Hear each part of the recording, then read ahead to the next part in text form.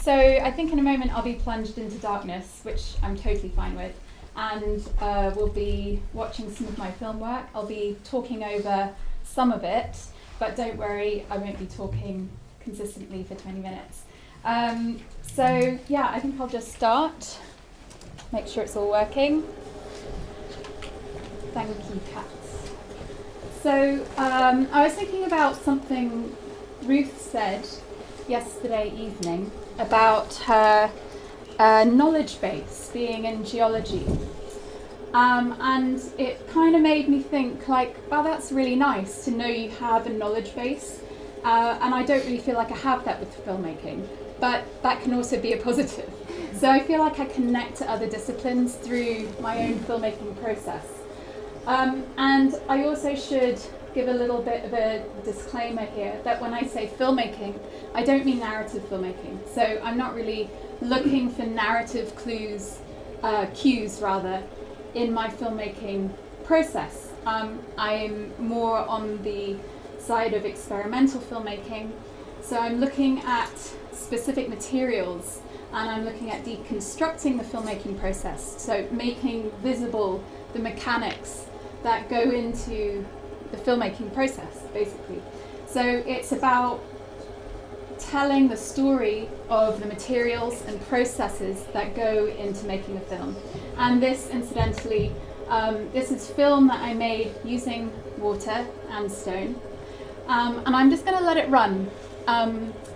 Some people find watching experimental films quite boring, sometimes frustrating. Sometimes they can be a meditative experience.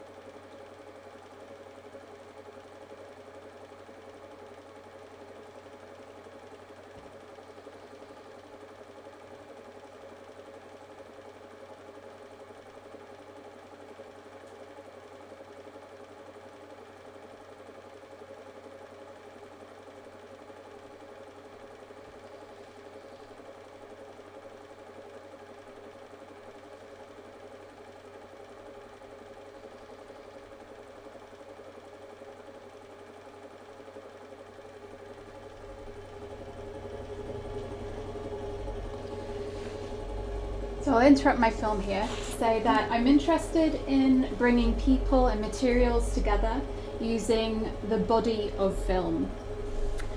I'm interested in embodying knowledge on the film surface.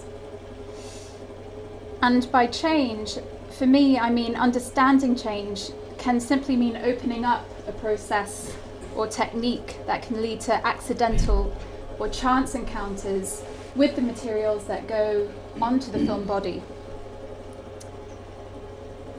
I'm interested in how film as a material, as a medium, can bring different perspectives together. Understanding the provenance of materials, where they come from, and all the lives and things that have intersected with their existence.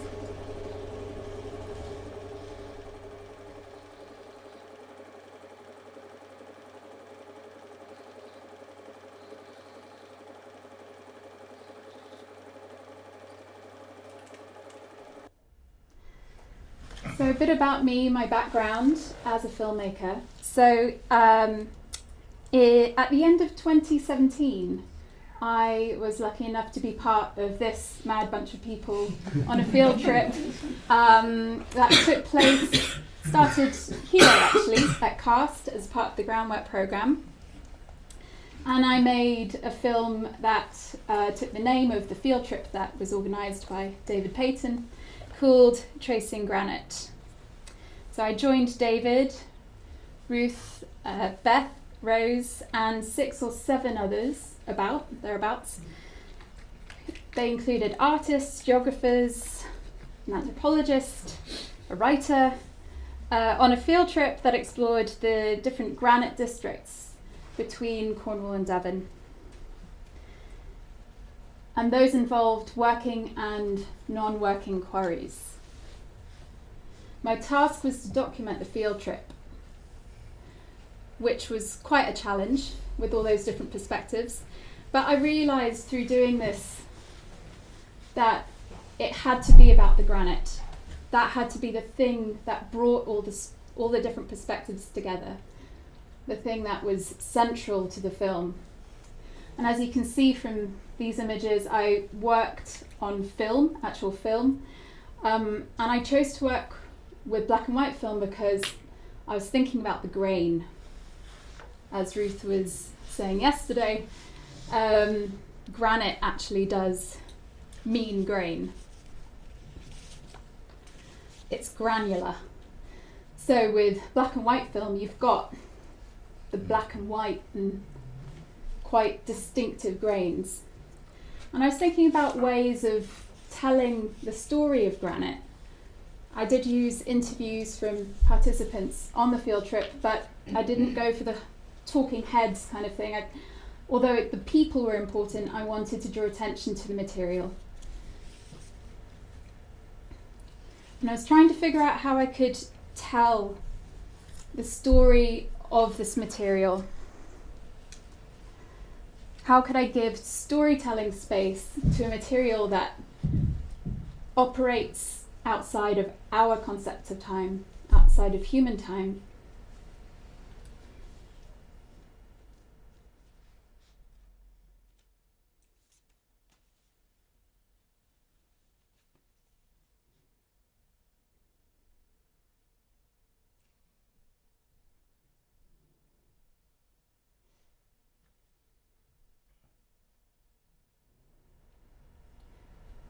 And some of the images I chose to use were made by some of the participants on the field trip.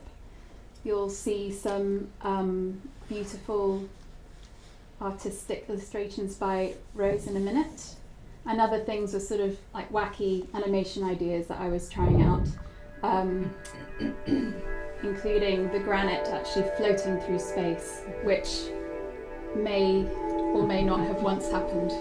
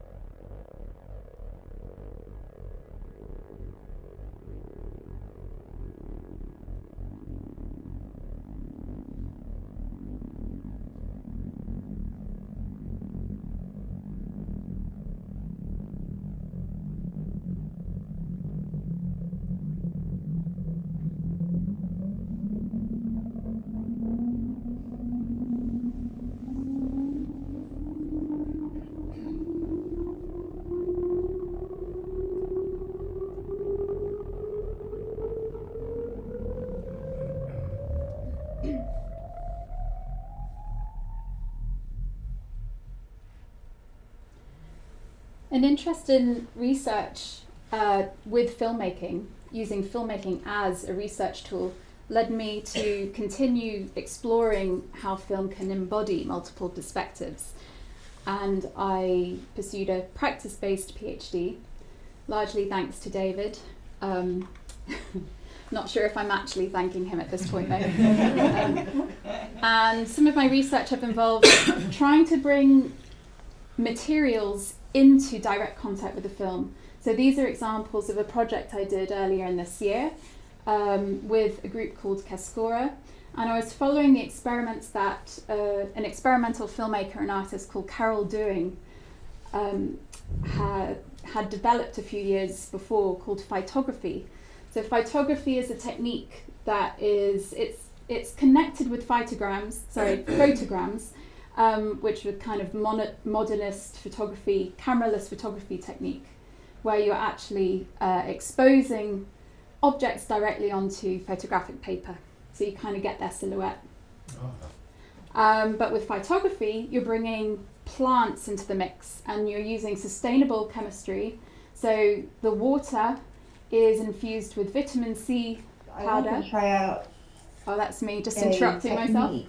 I'll let myself talk. Phytography, developed by an artist, filmmaker, experimental filmmaker called Carol Doing.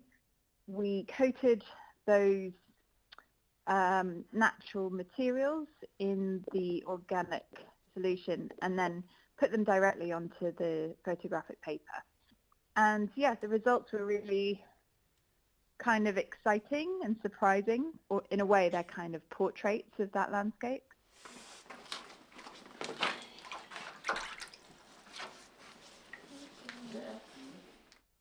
So I had some Super 8 film that I couldn't use. So together as a group, we embedded it kind of into the past, and then collectively we applied these bits of plant matter and rocks and earth to that film.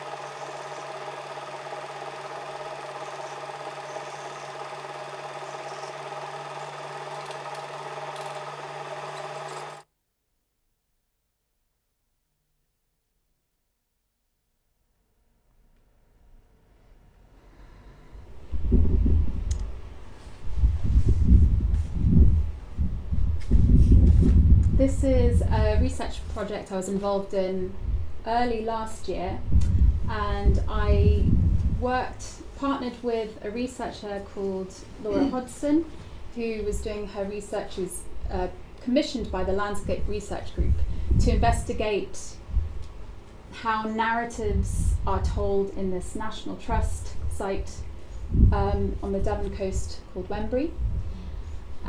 She was interested in the different stories that have happened at Wembury, what it used to be, and the stories that are told now. The National Trust have positioned lots of signboards around saying that they're trying to bring nature back, which is a kind of funny way of articulating things. But interestingly, it used to be a military base, and before that it was a sort of like touristy resort, holiday resort. And you can actually see remnants of what it used to be in the landscape, which is what is trying to be hidden now. So they're trying to render it back into this sort of like, if that's even possible, this sort of like what wilderness, so-called. So I was interested in kind of telling the stories of its past histories through across different formats, using different materials, really noticing these odd objects that exist that kind of look like people and materials have just clashed and come together, and bits of concrete, and sometimes you can't tell what's natural and what's constructed. And as you can see, I don't just work with film, I also work digitally, but I'm interested in how working across those different formats and bringing them together, overlapping them, that can create additional stories or interpretations. And I also found these old archive images. That's the old Lido that was there. And that's approximately where it would have been, where you can still see its wall on the beach. But there's nothing to indicate that that's what it was, interestingly, on the signposts. Bits of military artillery.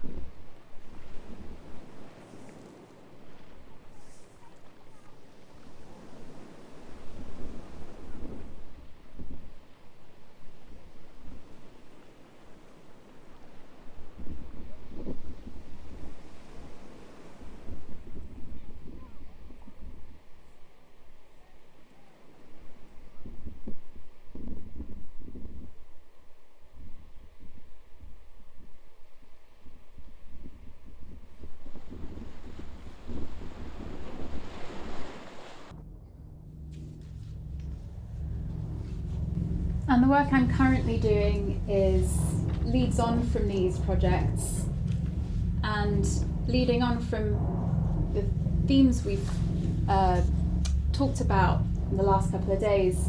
I'm really interested in repetition, and I'm interested in different ways of portraying materials onto a film body. I'm also interested in disrupting the frame.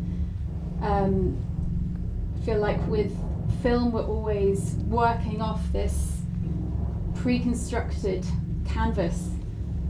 So this is just something I've experimented with, and using the same footage that I made for the Cascora workshop, I've been experimenting with projecting an image through something else and then filming the image off the wall.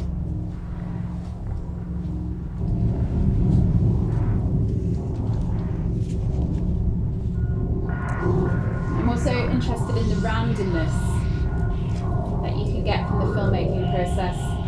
And by drawing attention to process, you can have unexpected chance encounters with materials.